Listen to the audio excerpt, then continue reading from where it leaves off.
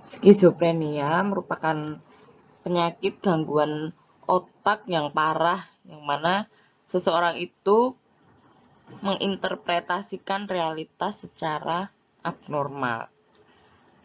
Jadi di sini skizofrenia merupakan gangguan pikiran berupa kombinasi dari halusinasi, delusi, dan berpikir teratur maupun perilaku.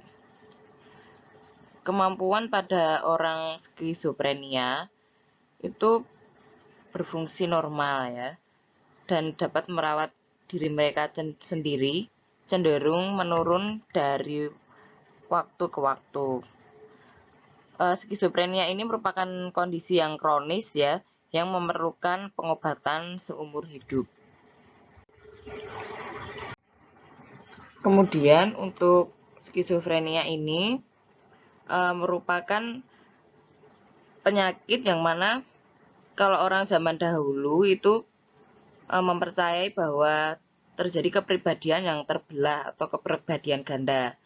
Nah, namun di sini ditemukan oleh Eugen Bleuler ya, sehingga skizofrenia itu kalau dari bahasanya berasal dari Yunani, dari kata skizo dan juga friend.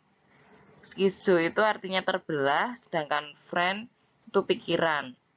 Sehingga untuk definisi lengkap dari skizofrenia adalah pemikiran yang terfragmentasi atau terpecah-pecah ya, dan mengacu pada gangguan keseimbangan emosi dan pikiran.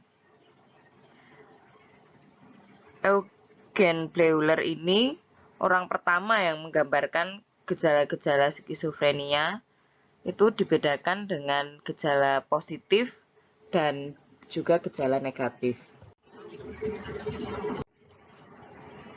Nah, di sini kalau dari definisi secara lengkapnya ya berupa gangguan otak yang parah, yang mana penderitanya itu menginterpretasikan realitasnya secara abnormal. Kemudian epidemiologinya, prevalensi kejadian skizofrenia itu hampir mirip pada satu negara dengan negara yang lain ya, sekitar 0,2-2% populasi. Onset terjadinya biasanya pada masa akhir remaja atau awal dewasa. Jarang-jarang pada sebelum dewasa atau sebelum remaja ya, atau setelah umur 40 tahun. Kalau dilihat di sini untuk angka kejadian pada wanita sama dengan pria, tapi onset pada pria umumnya lebih awal, yaitu pria pada usia 15-24 tahun, sedangkan pada wanita itu usia 25-35 tahun. Dengan implikasi lebih banyaknya gangguan kognitif dan outcome-nya juga lebih jelek pada pria daripada pada wanita.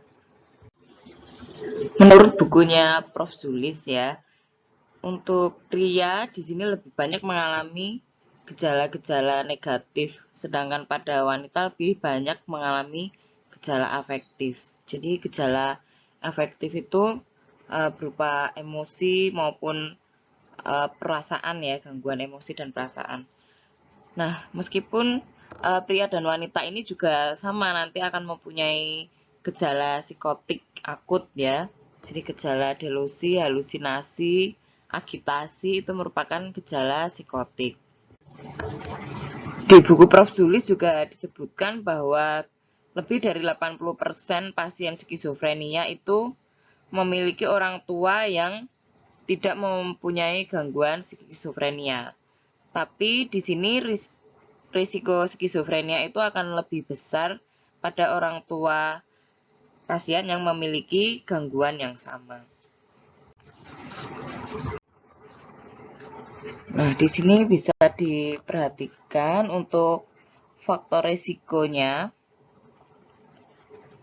Untuk penyebab skizofrenia di sini ditunjukkan bahwa genetik, kemudian perkembangan janin dalam kandungan, lalu lingkungan awal, neurobiologi, dan juga proses psikologis dan faktor sosial itu merupakan penyebab penting pada skizofrenia. Meskipun tidak ada penyebab umum skizofrenia yang dapat diidentifikasi pada semua individu yang didiagnosis kondisi skizofrenia. Nah, saat ini sebagian besar peneliti maupun dokter percaya bahwa skizofrenia itu dipengaruhi oleh faktor kerentanan otak ya, baik yang diwarisi atau yang diperoleh dan juga peristiwa kehidupan. Kemudian untuk klasifikasinya menurut Diagnostic and Statistical of Mental Disorder ya. Ini edisi keempat. Klasifikasi dibagi menjadi 5. Yang pertama tipe paranoid. Tipe paranoid di sini ada delusi dan halusinasi tapi tidak ada gangguan pemikiran. Perilakunya tidak teratur dan respon yang datar. Nah, di sini ada kode DSM-nya. Kemudian yang kedua tipe disorganized yang merupakan skizofrenia hebeprenik pada ICD.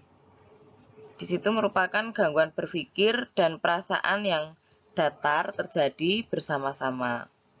Kemudian yang ketiga ada tipe katatonik. Di sini individu mungkin hampir tidak bergerak atau menunjukkan kegelisahan atau gerakan yang tidak ada tujuannya.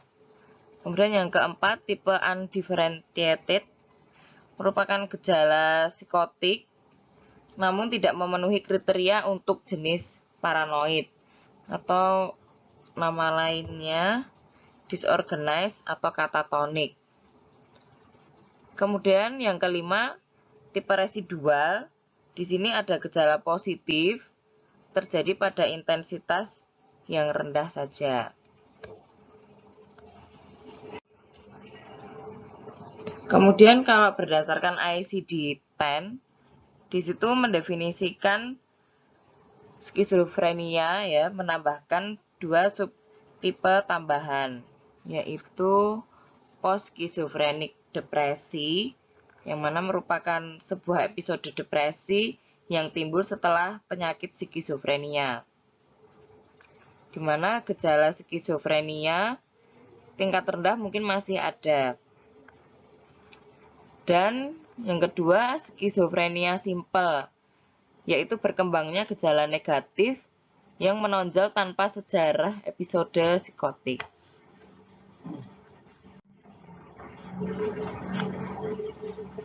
Etiologi atau sama dengan penyebab ya, di sini ada faktor genetik, perkembangan janin dalam kandungan, neurobiologi, dan juga proses psikologi dan faktor sosial. Tadi sudah disebut.